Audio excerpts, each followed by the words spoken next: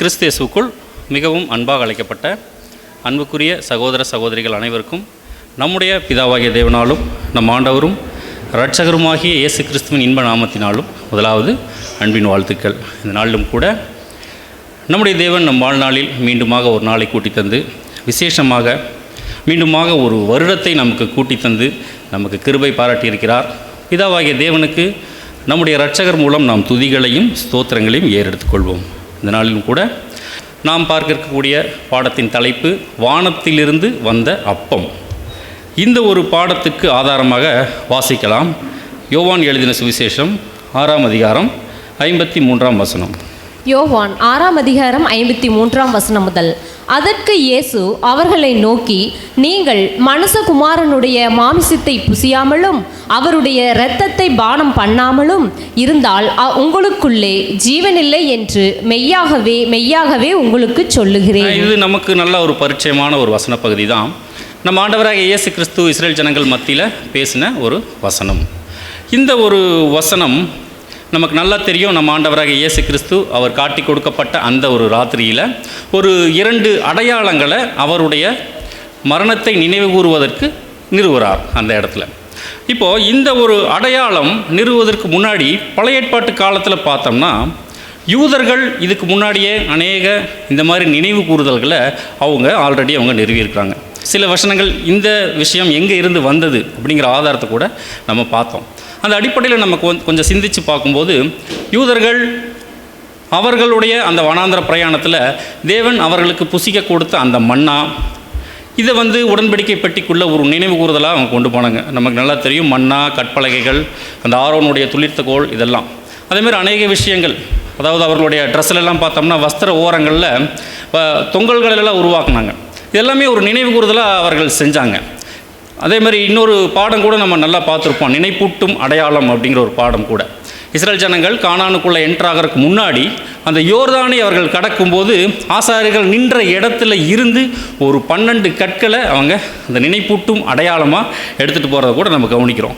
இதில் விசேஷமாக நம்ம என்ன பார்க்கலாம் அப்படின்னா மன்னா. இந்த மன்னாவை குறித்து பார்த்தோம்னா இஸ்ரேல் ஜனங்கள் எகிப்திலிருந்து அவங்க வெளியே வராங்க. ஒரு 2 மாதம் ஆயிடுது. அதுக்கப்புறம் அவங்களுக்கு அந்த ஃபுட் ப்ராப்ளம், சாப்பாடு கொஞ்சம் பிரச்சனையாகுது. தேவனுக்கு விரோதமாக முறுமுறுக்க ஆரம்பிக்கிறாங்க. அப்போ தான் ஆண்டவர் தேவன் அவர்களுக்கு கொடுத்த அந்த ஒரு ஃபுட்டு தான் மன்னா. இது நமக்கு நல்லா தெரியும் இல்லைங்களா? யாத்திராகமத்தில் நமக்கு ரெக்கார்ட் பண்ணப்பட்டிருக்கு. வாசிக்கலாம். யாத்திராகமம் 16, 14, 15 வசனங்கள். பெய்திருந்த பனி நீங்கின பின் இதோ வனாந்தரத்தின் மீதெங்கும் உருட்சியான ஒரு சிறிய வஸ்து உறைந்த பனிக்கட்டி பொடியத்தனையாய் தரையின் மேல் கிடந்தது. இஸ்ரவேல் புத்திரர் அதை கண்டு அது இன்னது என்று அறியாதிருந்து ஒருவரை ஒருவர் பார்த்து இது என்ன என்றார்கள். அப்பொழுது மோசே அவர்களை நோக்கி, இது கர்த்தர் உங்களுக்கு புசிக்க கொடுத்த அப்பம். இந்த ஒரு மன்னா இது 40 ஆண்டு காலம் இந்த இஸ்ரேல் ஜனங்கள் இவர்களுக்கு ஜீவனை கொடுத்த இந்த மன்னா. இதை ஒரு ஃபுட், தேவன் கொடுத்த ஒரு ஃபுட்டு. இந்த ஒரு ஃபுட்டை கொடுக்கறதுக்கு முன்னாடி கொடுக்கும்போது தேவன் இந்த இஸ்ரேல் ஜனங்கள் அவருடைய சொல்படி கேட்டு நடப்பார்களா இல்லையா அப்படிங்கிற ஒரு சோதனையும் அவர் கூடவே இங்கே வைக்கிறார். அதாவது இந்த சம்பவங்கள்லாம் நமக்கு நல்லா தெரியும். கொஞ்சம் ஸ்பீடாக போயிடலாம், டைம் இல்லாதனால. டெய்லி அன்னன்னைக்கு வேணுங்கிறத அன்னன்னைக்கு நீங்கள் கலெக்ட் பண்ணிக்கோங்க. ஒருத்தரும் விடியற்காலம் மட்டும் மிச்சம் வச்சிடக்கூடாது, அன்றைக்கே நீங்கள் சாப்பிட்டு முடிச்சிடணும் அப்படிங்கிற சில சோதனைகள் எல்லாம் அங்கே தேவன் கொடுக்குறார். வாசிக்கலாம். யாத்திராகமம் 16:4. அப்பொழுது கர்த்தர் மோசேயை நோக்கி, நான் உங்களுக்கு வானத்திலிருந்து அப்பம் வர்ஷிக்க பண்ணுவேன். ஜனங்கள் போய் ஒவ்வொரு நாளுக்கு வேண்டியதை ஒவ்வொரு நாளிலும் சேர்த்து கொள்ள வேண்டும்.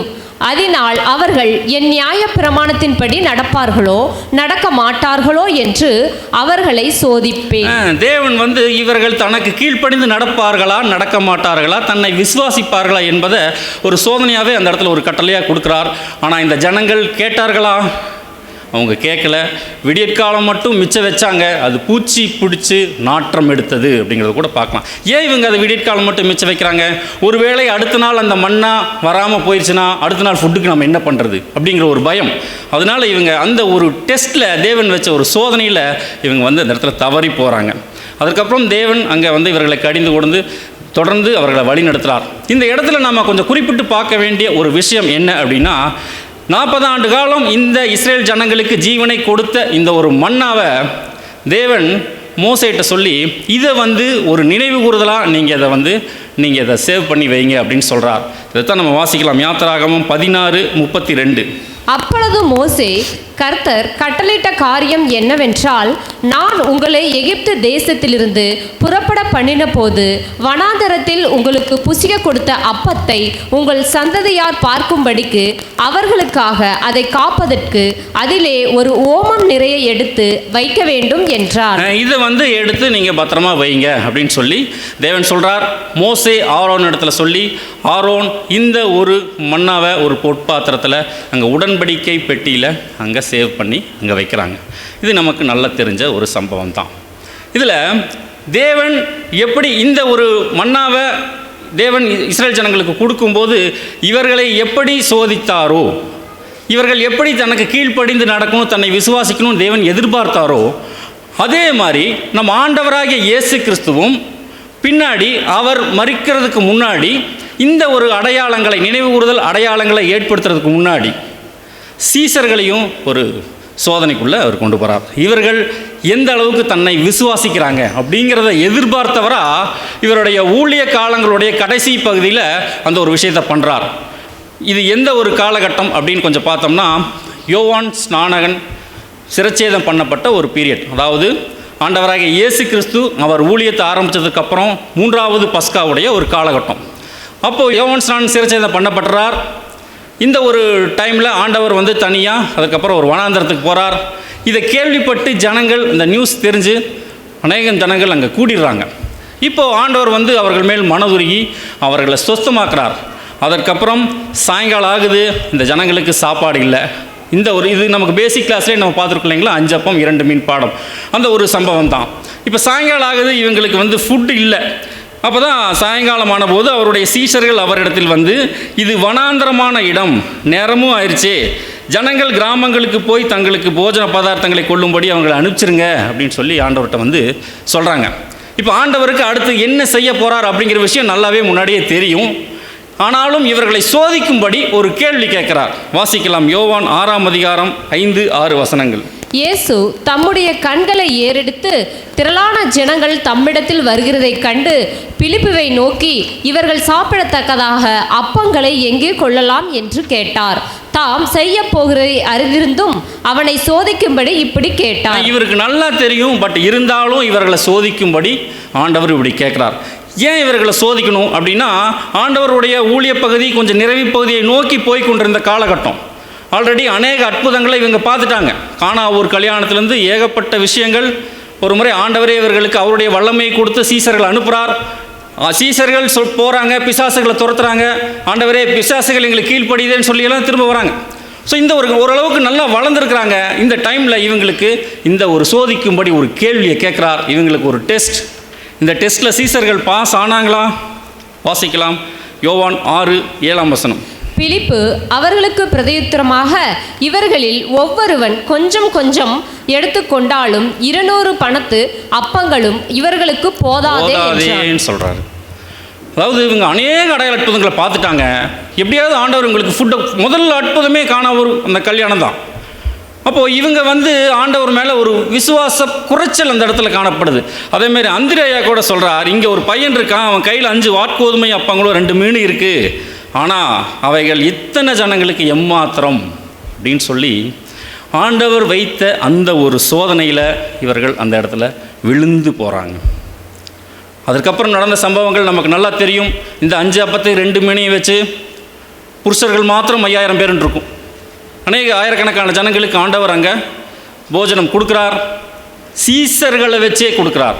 பிட்டு சீசர்கள்ட்ட கொடுக்குறாங்க, சீசர்களே அவங்க டிஸ்ட்ரிபியூட் பண்ணுறாங்க. இப்போது அடுத்தது கொஞ்சம் விசுவாசம் வளர்ந்துருச்சா அப்படின்னு கொஞ்சம் கவனித்து பார்த்தோம்னா, இந்த ஒரு சம்பவம் நடந்து முடிஞ்ச உடனே ஆண்டவர் அங்கேயே தங்குறார். அந்த ஜனங்களோடையே அந்த இடத்துலையே தங்கிட்டு சீசர்களை மாத்திரம் ஒரு போட்டில் ஏற்றி அவர் அனுப்புகிறார். ஸோ இவங்க கலிலேயா கடலோடைய அக்கறைக்கு வராங்க. இந்த சம்பவங்கள்லாம் நமக்கு நல்லா தெரியும். இப்போ வரும்போது ஒரு பயங்கரமான ஒரு கடல் கொந்தளிக்குது, காத்தடிக்குது. இந்த டைமில் தான் ஆண்டவர் அந்த கடல் மேலே அங்கே நடந்து வரார். இப்போ சீஷர்கள் இப்போவாது விசுவாசிச்சாங்களா அப்படின்னா ஆண்டவரை பார்த்து அங்கே பயப்படுறாங்க. ஏன் இந்த இடத்துல விசுவாசிச்சாங்களான்னு நம்ம தியானிக்கிறோம் அப்படின்னா, இது மத்தேயு 14ஆம் அதிகாரத்தில் ரெக்கார்ட் பண்ணப்பட்டிருக்கு. மத்தேயு 8ஆம் அதிகாரத்தில் கொஞ்சம் வாசித்து பார்த்தோம்னா, ஆல்ரெடி ஆண்டவர் ஒரு முறை காற்றையும் கடலையும் இந்த இடத்துல அதட்டியிருப்பார். ஆல்ரெடி இவங்க ஒரு எக்ஸ்பீரியன்ஸ்குள்ளே போயிருக்காங்க. இப்போ திரும்பவும் ஒரு எக்ஸ்பீரியன்ஸ், ஆண்டவருக்கு கடல்கள் கீழ்ப்படியும்னு இவங்களுக்கு நல்லா தெரிஞ்சும் இப்போ நடந்து ஆண்டவர் வரார். இவங்களால் அதை கிரகிக்க முடியல. ஆவேசம், இங்கிலீஷில் ஸ்பிரிட்ன்னு இருக்கும் அப்படின்னு சொல்லி இவங்க பயந்துடுறாங்க. கடைசியில் பேதுரு மட்டும் கொஞ்சம் தைரியத்தை வரவழைச்சிட்டு, ஆண்டவரை நானும் வரட்டுமா அப்படின்னு சொல்லும்போது நடந்து வரார். ஆனால் இவரும் கடைசியில் விழுந்து போகிறார்.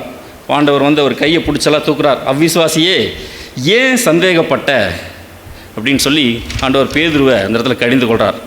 ஏன் இவர்களால் விசுவாசிக்க முடியவில்லை? 3 வருட காலமாக ஆண்டவரோடே இருக்கிறாங்க, அநேக அற்புத அடையாளங்களை பார்த்துருக்குறாங்க. ஏன் வந்து இவர்கள் திரும்ப திரும்ப விழுந்து போயிட்டே இருக்கிறாங்க அப்படின்னு ஒரு கேள்வி கேட்டோம்னா என்ன பதில் சொல்லாங்க? பரிசுத்த ஆவி அவர்களுக்கு வழங்கப்படவில்லை. பட் இருந்தாலும் ஆண்டவர் வந்து அவர்கள் விசுவாசிக்கணும் அப்படின்னு எதிர்பார்க்குறாரு. ஏன் அப்படின்னா, வாசிக்கலாம் மார்க்கு 6:52. அவர்களுடைய இருதயம் கடினமுள்ளதாய் இருந்தபடியினால் அப்பங்களை குறித்து அவர்கள் உணராமற் போனார்கள். இருதய கடினம், பிரதர் கூட அருமையாக சொன்னார் இல்லைங்களா? திரும்ப திரும்ப இருதயத்தை கடினப்படுத்திகிட்டே இருக்கிறாங்க. இதில் இந்த நோட் பண்ணி பார்த்தோம்னா இந்த அப்பத்தை குறித்து மென்ஷன் பண்ணிகிட்டே வரும். பைபிளில் நம்ம படித்தோம்னா அப்பங்களை குறித்து சொல்கிற இடத்துல எல்லாமே விசுவாசத்தை பற்றியும் ஆண்டவர் சொல்லிகிட்டே வருவார். அதாவது தன்னை விசுவாசிக்கணும் அப்படிங்கிறத இன்டெரக்டாக அங்கே சொல்லப்பட்டுட்டே வரும். வீட்டில் கூட நீங்கள் வாசித்து பாருங்கள். ஸோ சீசர்கள் இந்த இடத்துலையும் அவர்கள் இருதய கடினத்தினால அவர்கள் அங்கே விழுந்து போகிறாங்க. அதுக்குள்ளே இன்னொரு சம்பவம் நடக்குது. அதாவது அங்கே அப்பம் சாப்பிட்டாங்க இல்லைங்களா?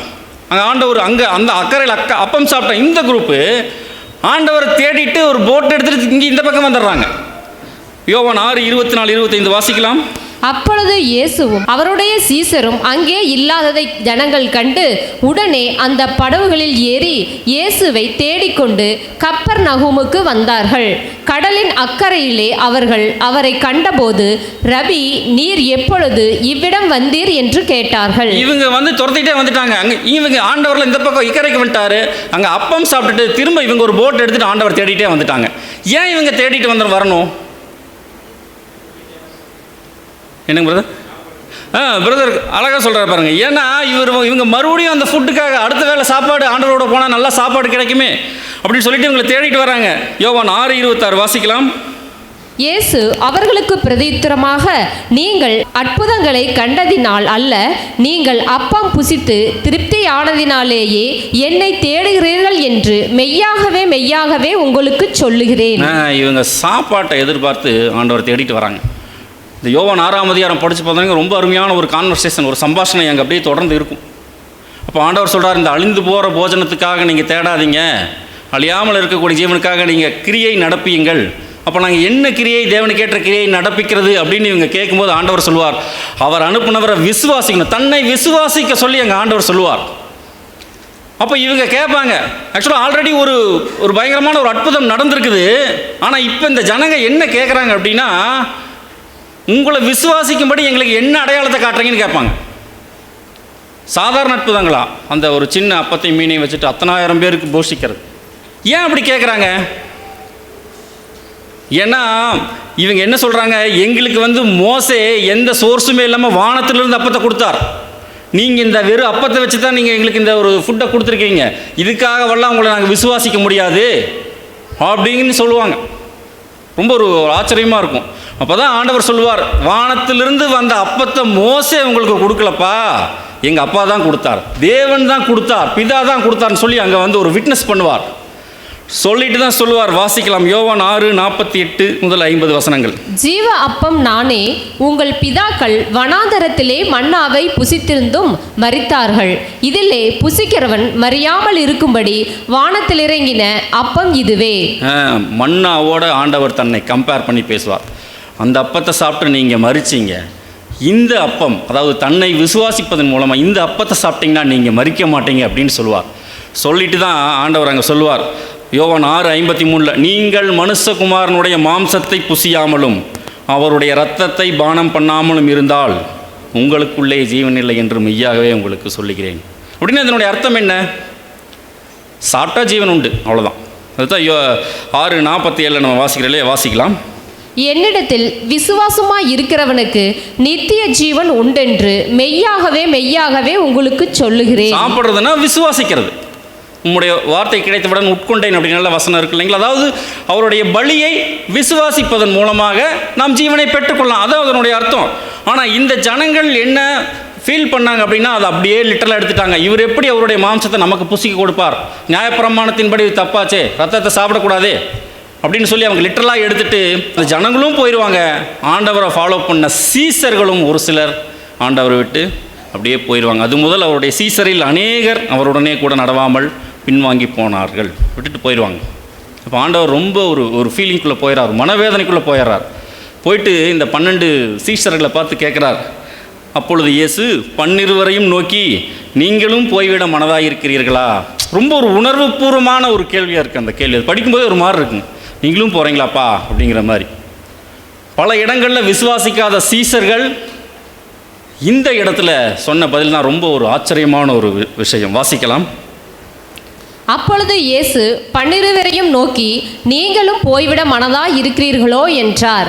சீமோன் பேதுரு அவருக்கு பிரதித்துரமாக, ஆண்டவரே, யாரிடத்தில் போவோம்? நித்திய ஜீவ வசனங்கள் உம்மிடத்தில் உண்டு. என்ன மாதிரி வார்த்தையை பேதுரு சொல்றாரு பாருங்க. ஆண்டவரே, யாரிடத்தில் போவோம்? நித்திய ஜீவ வசனங்கள் உங்ககிட்ட தான் இருக்கே அப்படின்னு சொல்லி சீஷர்கள் இந்த ஒரு இடத்துல அவர்கள் விசுவாசிக்கிறாங்க. அவர்களுடைய விசுவாசம் நல்லா ஒரு வளர்ந்த நிலைமைக்கு வருது. ஆனால் கொஞ்சம் பைபிளில் படித்து பார்த்தோம்னா இந்த விசுவாசத்தில் அவர்கள் நிலைச்சி இருந்தாங்களான்னா அது கேள்விக்குறி தான். இதற்கப்புறமும் பல முறை அவர்கள் விழுந்து போவாங்க, நம்ம வீட்டில் வாசித்து பார்க்கலாம். ஆனால் இந்த ஒரு விசுவாசத்தை அவர்களுக்குள்ளே வளர்த்திட்டு கடைசியாக அவர் அந்த ஒரு நினைவு கூறுதலை அங்கே ஏற்படுத்துகிறார். ஒரு அப்பத்தையும் திராட்சரசத்தையும் எடுத்து அதை பிட்டு அவங்களுக்கு கொடுக்கிறார். வாசிக்கலாம். 1 கொரிந்தியர் 11:24. ஸ்தோத்திரம் பண்ணி அதை பிட்டு, நீங்கள் வாங்கி புசியுங்கள், இது உங்களுக்காக பிற்கப்படுகிற என்னுடைய சரீரமாய் இருக்கிறது, என்னை நினைவு கூறும்படி இதை செய்யுங்கள் என்றார். என்னை நினைவு கூறும்படி இதை செய்யுங்கள் என்றார். சரி, இப்போ கேள்வி, நாம் எதை நினைவு கூற வேண்டும் அப்படின்னு கேட்டால் என்ன சொல்லாங்க? என்னை நினைவு கூறும்படி இதை செய்யுங்கள்ட்டாரு. நம்ம ஆண்டவராகிய இயேசு கிறிஸ்துவை, அவருடைய பாடுகள், அதான் அந்த வசனத்திலே இருக்குங்க. இது உங்களுக்காக பிற்கப்பட்ட என்னுடைய சரீரம். அவர் நமக்காக எப்படி பிற்கப்பட்டார், அந்த அப்பம் நமக்காக எப்படி பிற்கப்பட்டது அப்படிங்கிறத நினைவு கூறுறது. ஒரு மூத்த சகோதரர் ரொம்ப அருமையாக சொல்லுவாருங்க. ஒரு கட்டுரையில் படித்தேன், நம்முடைய பலவீனங்களை குறித்து பரிதபிக்க கூடாத பிரதான ஆசாரியர் நமக்கு இராமல் அப்படின்னு என்ன அர்த்தம்? அவர் நம்முடைய பலவீனங்களை குறித்து பரிதபித்தார்.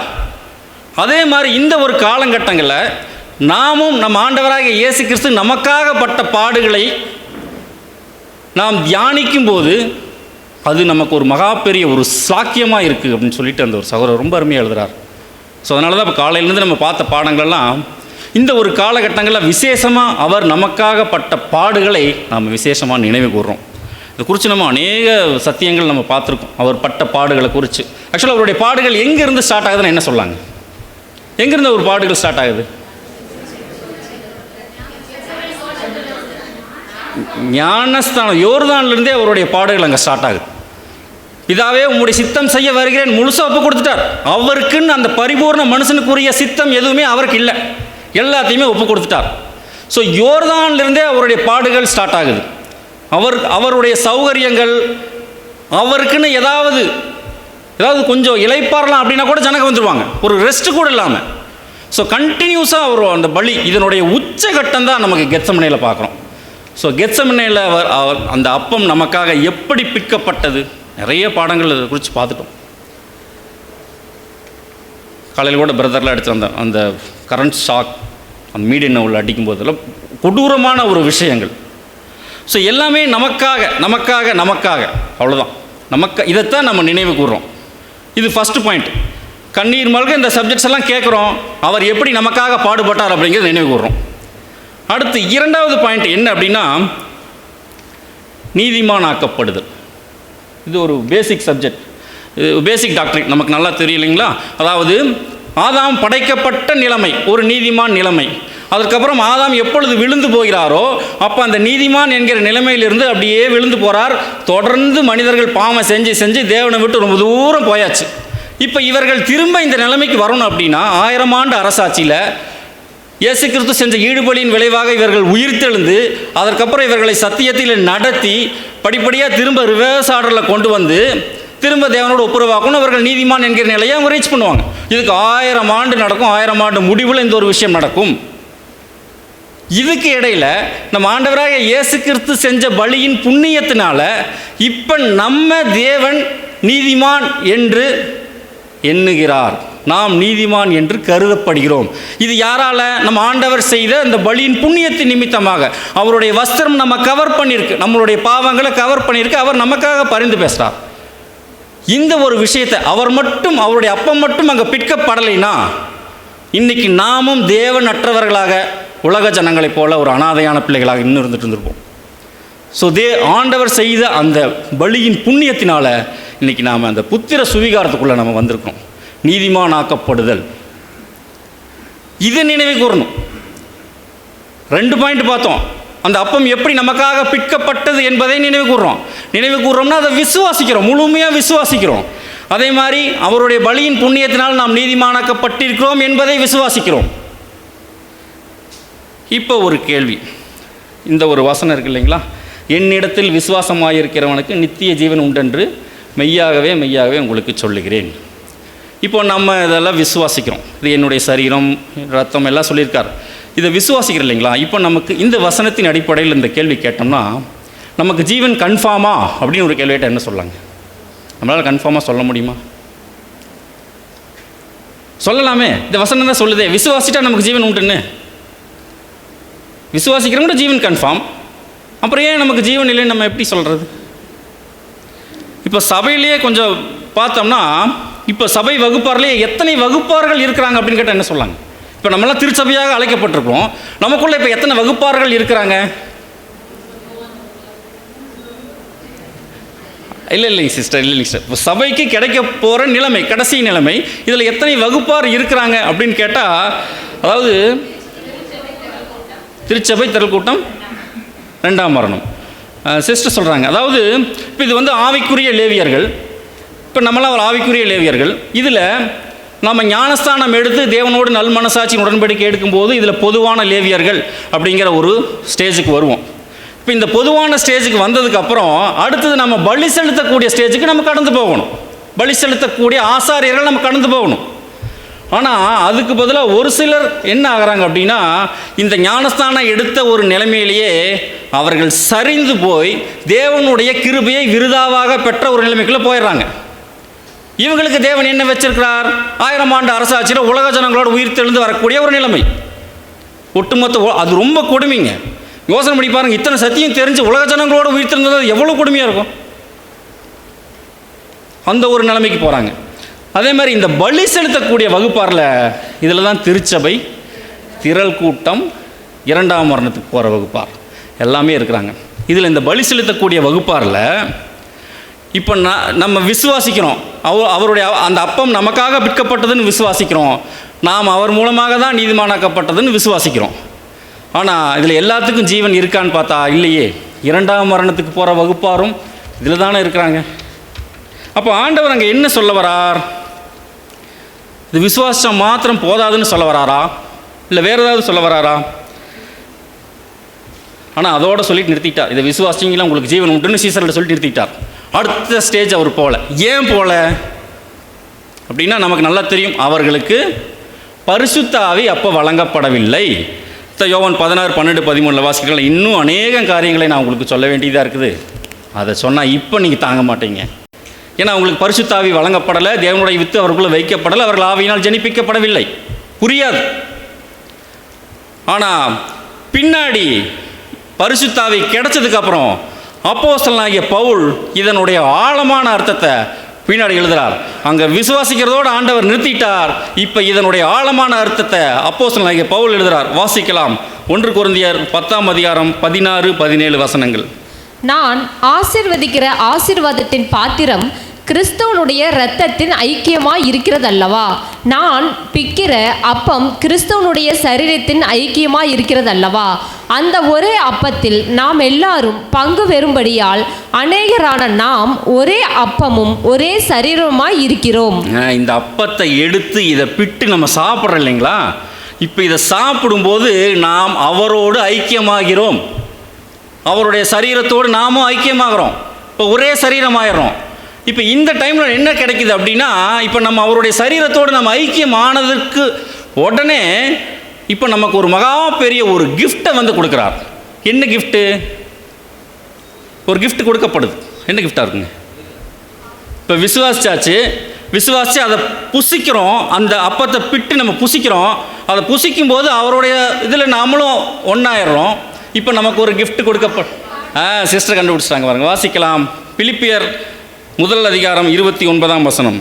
ஏனெனில் கிறிஸ்துவனிடத்தில் விசுவாசிக்கிறதுக்கு மாத்திரம் அல்ல, அவர் நிமித்தமாக பாடுபடுகிறதற்கும் உங்களுக்கு அருளப்பட்டிருக்கிறது. கிஃப்ட் விசுவாசிக்கிறதுக்கு மாத்திரமல்ல, ஆண்டவர் அங்கே விசுவாசிக்கிறதோடு நிறுத்திட்டார். ஆனால் பின்னாடி அப்போஸ்தலனாகிய பவுல் சொல்கிறார், இப்போ நீங்கள் இதை சாப்பிடும்போது நமக்கு அவரோடு பாடுபடக்கூடிய ஒரு மகா பெரிய ஒரு ஸ்லாக்கியம், ஒரு கிஃப்ட் நமக்கு கொடுக்கப்பட்டிருக்கிறது அப்படிங்கிறார். இப்போ இந்த பாடுபடுறதை குறித்து நம்ம வந்து சத்தியத்துக்குள்ளே வந்த காலத்துலேருந்து அநேக இதை கேட்டு நம்ம அது அப்படியே பழகி போச்சு. ஆனால் தேவன் நமக்கு இதை தான் கொடுக்குறாராம். ஏன் நம்ம பாடுபடணும் அப்படின்னு எதிர்பார்க்குறார்? பாடுபடுறதுன்னா என்ன? சத்தியத்திற்காக தேவனுடைய வேலைகளை செய்கிறது, சகோதரர்களுக்காக படக்கூடிய பிரயாசங்கள், இதை நிமித்தம் வரக்கூடிய பாடுகள். ஏன் இந்த பாடுகள் படணும்னு எதிர்பார்க்குறார் அப்படின்னா, இப்போ நம்மளாம் உலகத்தோடு இருக்கிறோம். இப்போ இந்த உலகத்திலேருந்து நம்மளை அவருடைய பலியின் புண்ணியத்தினால நீதிமான் அப்படிங்கிற ஒரு ஸ்டேஜுக்கு கொண்டு வந்துட்டார். இதுக்கப்புறம் நாம் பரிசுத்தமாக்கப்பட வேண்டும், தொடர்ந்து பரிசுத்தமாகணும். இதற்கு ரசல் பிரதர் கொடுக்குற விளக்கம் என்னென்னா, பரிசுத்தமாகிறதுனா பிரித்தெடுத்தல். இந்த உலகத்திலிருந்து நாம் பிரித்தெடுக்கப்பட வேண்டும். இதற்கு பல்வேறு பாடுகள், சிச்சைகள் நமக்கு கட்டாயம் அவசியம். தொடர்ந்து நம்ம இந்த உலகத்திலேருந்து அப்படியே பிரிஞ்சு தேவனை நோக்கி போகணும். இதுக்காக தான் இந்த ஒரு பாடுகள் நமக்கு கொடுக்கப்படுகிறது. ஒருவேளை பாடுகளே நமக்கு இல்லைன்னு சொன்னால் என்ன சொல்லலாங்க? எனக்கு எந்த பாடுகளுமே இல்லைங்க பார்த்தா நான் ரொம்ப கம்ஃபர்டபுளாக இருக்கேன் அப்படின்னா, உலகத்தோடு ஒட்டி போயிட்டுருக்கோம், அவ்வளோதான். சிம்பிளாக உலகத்தோடு நம்ம அப்படியே ஒட்டி போயிட்டுருக்கோம். ஸோ அன்புக்குரிய சகோதர சகோதரிகள், ஒரு 3 பாயிண்ட். நாம் எதை நினைவு கூறுகிறோம்? அந்த அப்பம் நமக்காக பிற்கப்பட்டதை நாம் நினைவு கூறுறோம். அவருடைய பலியின் புண்ணியத்தினால நாம் நீதிமானாக்கப்படுகிறோம் அப்படிங்கிறத நம்ம விசுவாசிக்கிறோம். அது மாத்திரம் இல்லாமல் அவருடைய பாடுகளில் நமக்கும் ஒரு ஐக்கியம் கிடைக்குது. ஸோ யார் இந்த மாதிரி இந்த 3 விஷயங்களும் செய்கிறார்களோ அவங்களுக்கு தாங்க ஜீவன் கன்ஃபார்ம்.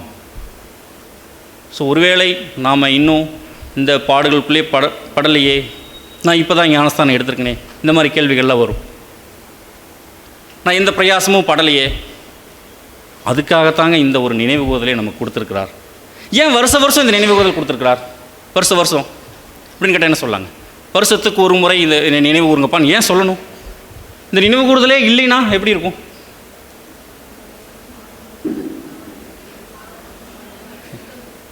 அதாவது ஏன் இந்த வருஷம் இந்த ஒரு நினைவு கூறுதலை கொடுக்குறாருன்னா, இந்த ஒரு காலகட்டங்களில் நம்ம கடந்த வருடம் முழுவதும் நாம் பட்ட பிரயாசங்களை நாம் நின்று நிதானித்து நம்மை நாமே சீர்தூக்கி சோதித்து அறிவதற்காகவும், நாம் தேவனோடு செய்து கொண்ட அந்த அர்ப்பணிப்பை மீண்டுமாக புதுப்பித்து கொள்ளவும். ஒருவேளை நான் எந்த பாடுகளும் படலை, தேவனுக்காக எந்த வேலையும் செய்யலை, பரவாயில்ல, இந்த அதை சாப்பிடு, என்னோட ஐக்கியமாக இனிமேல் உனக்கு பாடுகள் வரப்போனால் தேவனுக்காக நம்ம வேலை செய்யணும் அப்படிங்கிறதுக்காக தான் இந்த ஒரு வருடத்திற்கு ஒரு முறை இந்த ஒரு விஷயத்தை ஆண்டவர் நமக்கு அங்கே ஏற்படுத்தி கொடுத்துருக்கிறார்.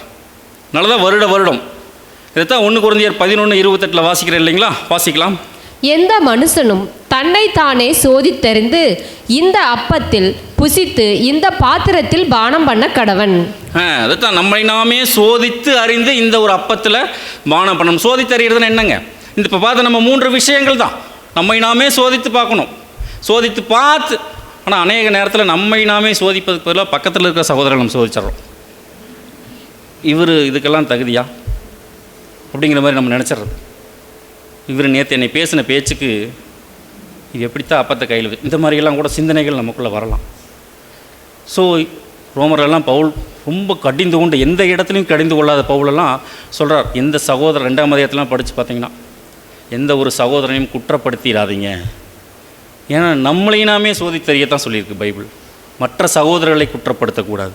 ஒருவேளை நாம் இந்த மாதிரியான விஷயங்களை நாம் செய்கிறோம் அப்படின்னா நாம் அபாத்திரமாய் பானம் பண்ணக்கூடியவர்களாக இருப்போம். ஒருவேளை நாம் அபாத்திரமாக பானம் பண்ணுறோம்னா நாம் எப்படிப்பட்டவர்கள் அப்படிங்கிறது ஒரு பயங்கரமான ஒரு எச்சரிப்பாக சொல்கிறாரு பாருங்க. வாசிக்கலாம். 1 கொரிந்தியர் 11ஆம் அதிகாரம் 27ஆம் வசனம். இப்படி இருக்க எவன் அபாத்திரமாய் கர்த்தருடைய அப்பத்தை புசித்து அவருடைய பாத்திரத்தில் பானம் பண்ணுகிறானோ அவன் கர்த்தருடைய சரீரத்தையும் இரத்தத்தையும் குறித்து குற்றமுள்ளவனாய் இருப்பான். ஒருவேளை நம்ம அபாத்திரமாக பானம் பண்ணோம்னா, இதை பற்றின நாலேஜ் இல்லாமல் பானம் பண்ணுறோம்னா, இதற்குரிய பிரயாசங்கள் இல்லாமல் நம்ம பானம் பண்ணுறோம்னா நாம் கர்த்தருடைய சரீரத்தையும் இரத்தத்தையும் குறித்து குற்றம் உள்ளவர்களாக இருப்போம். அப்படின்னா என்னங்க? என்ன குற்றவாளியாக போகிறோம்? நமக்கு என்ன குற்றம்? ஒருவேளை அபாத்திரமாக பானம் பண்ணுறோம் அப்படின்னா என்ன குற்றம்? ஆண்டவராகிய இயேசு கிறிஸ்துவ பிலாத்து காப்பாற்றுறதுக்கு பல முறை ட்ரை பண்ணுவார். அப்போ அவர் இது எனக்கு இந்த பிரச்சனை என் மேலே இந்த பழி வரக்கூடாதுன்னு சொல்லிட்டு அவர் கை கழுவுவார். அப்போது அந்த ஜனங்கள் என்ன சொல்லுவாங்க? அதற்கு என் பிள்ளைகள் மேலும் வரும். ஒருவேளை நாமும் அபாத்திரமாய் பானம் பண்ணினால் அவரை கொன்று போட்டவர்கள் ஒருவராக இருப்போம். அவ்வளோதான் விஷயம். நம்மளே ஆணி எடுத்து ஆண்டவர் கையில் அடித்தா எப்படி இருக்குங்க? அவர் காலில் அடிப்போமா?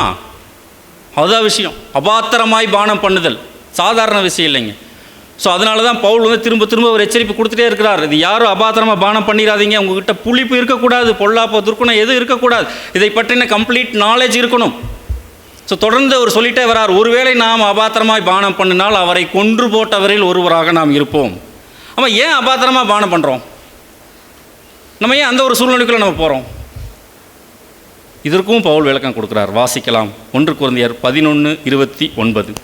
எண்ணத்தினாலெனில் அபாத்திரமாய் போஜன பானம் பண்ணுகிறவன் கர்த்தருடைய சரீரம் இன்னதென்று நிதானித்து அறியாததினால் தனக்கு ஆக்கினை தீர்ப்பு வரும்படி போஜன பானம் பண்ணுகிறான். ஏன் அபாத்திரமாக பானம் பண்ணுறோம்னா அவருடைய சரீரம் இன்னதென்று நிதானித்து அறியாததினால். இப்போ அவருடைய சரீரம் இன்னதென்று நாம் நிதானித்து அறிந்திருக்கிறோமா? அவருடைய சரீரம் என்னன்னு கேட்டால் என்ன சொல்லலாம்?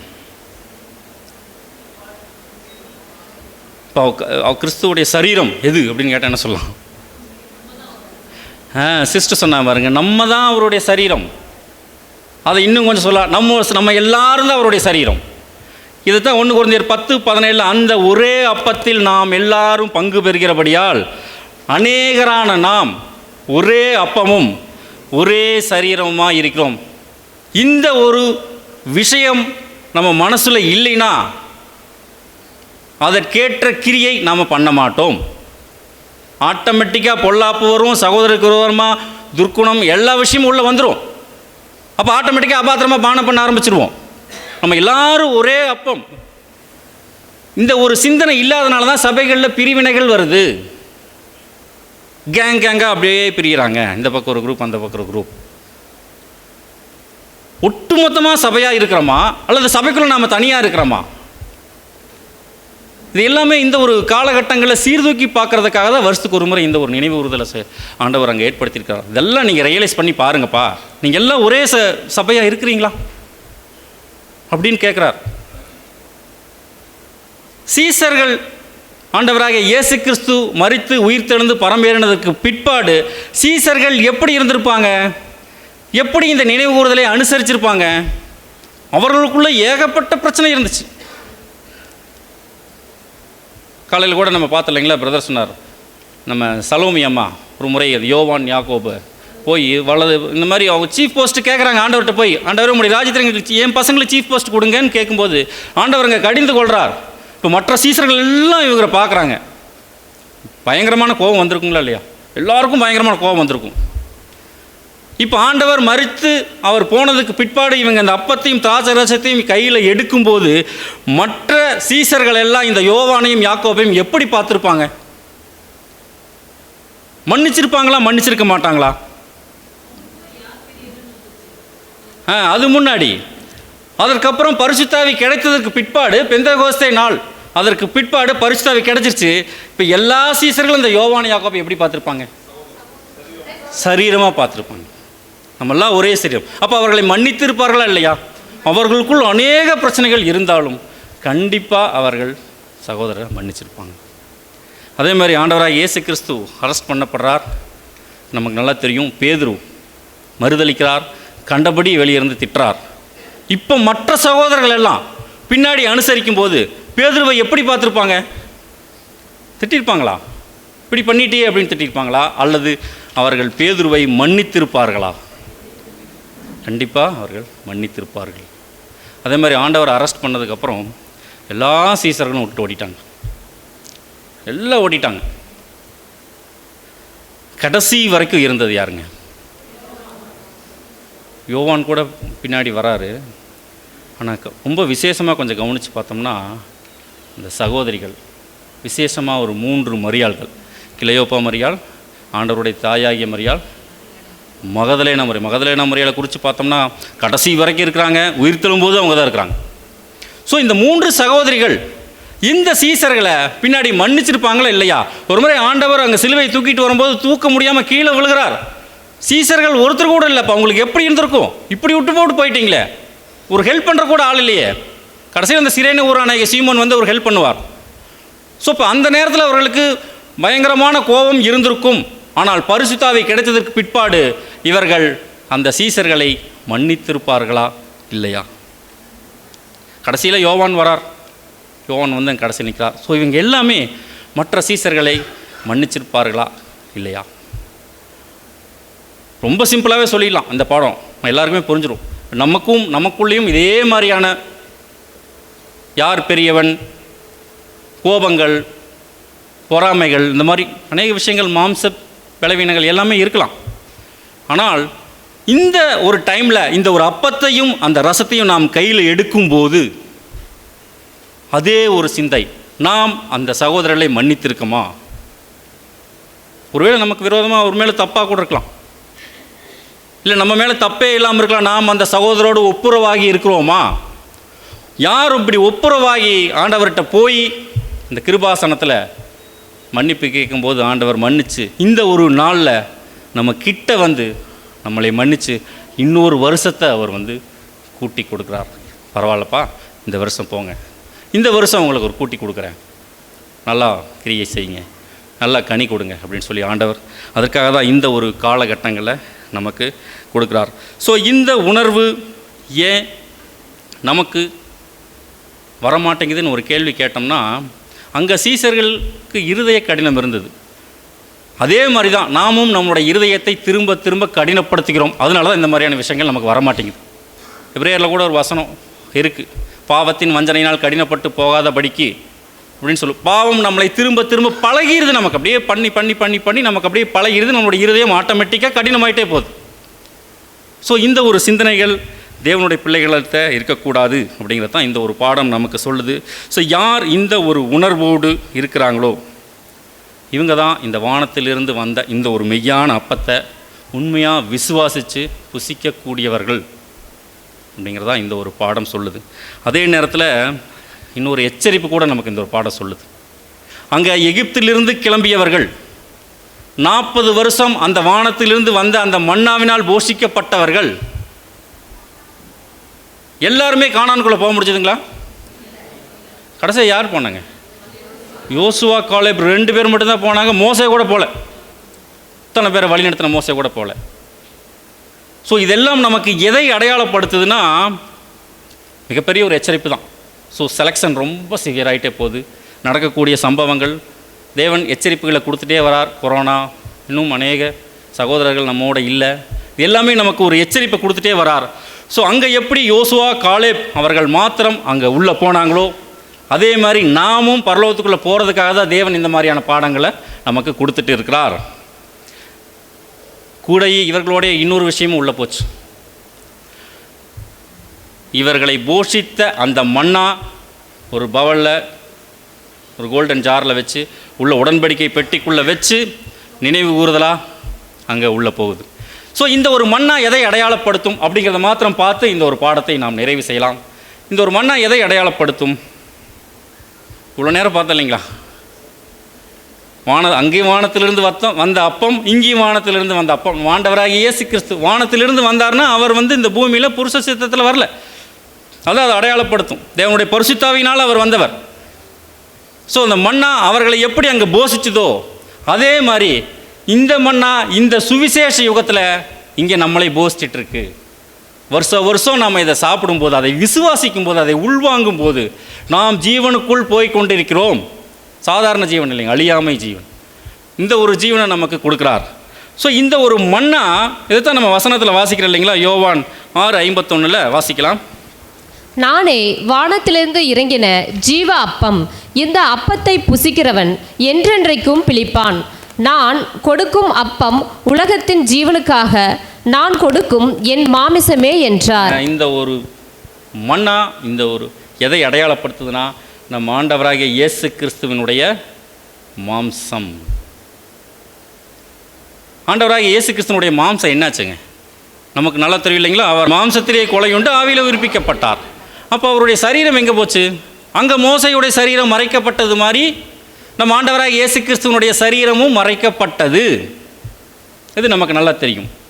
இதில் நம்ம கவனிக்க வேண்டிய விஷயம் என்னென்னா, அந்த ஒரு கோல்டன் ஜாரில் அந்த மண்ணா ப்ரிசர்வ் பண்ணி ஒரு ஞாபகார்த்தமாக, ஒரு நினைப்பூட்டும் அடையாளமாக அந்த உடன்படிக்கை பெட்டிக்குள்ளே வைத்த மாதிரி கானான் தேசத்துக்குள்ளே வந்ததுக்கப்புறம் ராஜ்யத்தில் ஒட்டுமொத்த உலக ஜனங்களுக்கும் பிதாவாகிய தேவனுடைய அன்பை காட்டுவதற்காக, அவர் நம்மீது வைத்திருக்கக்கூடிய அன்பை காட்டுவதற்காக நம் ஆண்டவராகிய இயேசு கிறிஸ்துவினுடைய சரீரம் மீண்டும் வெளிப்படுத்தப்படலாம் அப்படிங்கிற ஒரு அனுமானத்தை நம்ம ரசல் பிரதர் அங்கே கொடுக்குறார். அதுதான் நம்ம பார்க்கலாம். பாசிபிளி ரெப்ரசன்டிங் அவர் லார்ட்ஸ் ஃப்ளஷ்லி பாடி. இந்த மன்னாவை பற்றி சொல்லும்போது, perhaps preserved somewhere as the grand memorial of God's love, of Christ's obedience and of our redemption. நம்மளுடைய மீட்புக்காகவும் கிறிஸ்துவுடைய கீழ்ப்படிதலையும் காட்டுவதற்காகவும் இந்த ஒரு மன்னா, அதாவது அவருடைய மாம்சம் எங்காவது வைக்கப்பட்டிருக்கலாம், மறைத்து வைக்கப்பட்டிருக்கலாம், ராஜ்யத்தில் வெளியே வரலாம். அதனால தான் நம்ம ஒரு வசனம் கூட நம்ம சகரியால் படிப்போம். நான் தாவீது குடும்பத்தாரின் மேலும் எருசலேம் குடிகளின் மேலும் கிருபையின் ஆவியையும் விண்ணப்பங்களின் ஆவியையும் ஊற்றுவேன். அப்பொழுது அவர்கள் தாங்கள் குத்தின என்னை நோக்கி பார்த்து, இஸ்ரேல் ஜனங்க எப்படி அழுக போகிறாங்களாம், ஒருவன் தன் ஒரே பேரானவனுக்காக புலம்புகிறது போல எனக்காக புலம்பி, ஒருவன் தன் தலைச்சன் பிள்ளைக்காக துக்கிக்கிறது போல எனக்காக மனம் கசந்து துக்கிப்பார்கள். தன்னுடைய பிள்ளை செத்து போச்சுன்னா எப்படி துக்கிப்பாங்களோ அப்படி துக்கிப்பாங்களாம். அப்படின்னா அவருடைய பாடி கிடச்சதுன்னா எப்படி இருக்குங்க? ஸோ இது ஒரு அனுமானமாக அங்கே ரசல் பிரதர் சொல்கிறார். ஒருவேளை இந்த ஒரு 3ஆம் உலக யுத்த பிற்பாடு ராஜ்யத்தில் அந்த அவருடைய சரீரம் வெளிப்பட்டுச்சுன்னா இஸ்ரேல் ஜனங்கள் இந்த மாதிரி துக்கிப்பதற்கு ஒரு வாய்ப்புண்டு.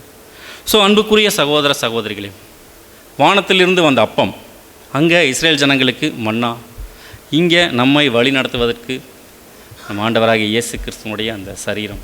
அதை விசுவாசிக்கிறது மூலம் அவர் நமக்காக எப்படி பிற்கப்பட்டார், அவருடைய ரத்தம் நமக்காக எப்படி சிந்தப்பட்டது அப்படிங்கிறத நம்ம விசுவாசிக்கணும். இதை யார் விசுவாசிக்கிறார்களோ அவர்கள் அடுத்த ஸ்டேஜ் பாடுகளுக்குள்ளே அவங்க போவாங்க. பாடுகளுக்குள்ளே போகும்போது நம்ம எல்லாரும் ஒரே சரீரம் அப்படிங்கிற சிந்தையில் இந்த ஒரு அப்பத்தையும் ரசத்தையும் நாம் பானம் பண்ணும்போது மெய்யாகவே அவர் நமக்கு ஜீவனை கொடுக்க அவர் ரெடியாக இருக்கிறார். நாம் எந்த அளவுக்கு நாம் தயாராகி கொண்டிருக்கிறோம் என்பதை இந்த ஒரு நினைவு கூறுதலில் நம்மை நாமே சோதித்து அறிய தேவன் தாமே கிருபை செய்வாராக. பொறுமையோடு கேட்ட உங்கள் அனைவரும் தேவன் தாமே ஆசீர்வதிப்பாராக. கேட்ட சத்தியங்களை தேவன் தாமே ஆசீர்வதிப்பாராக. ஆமீன்.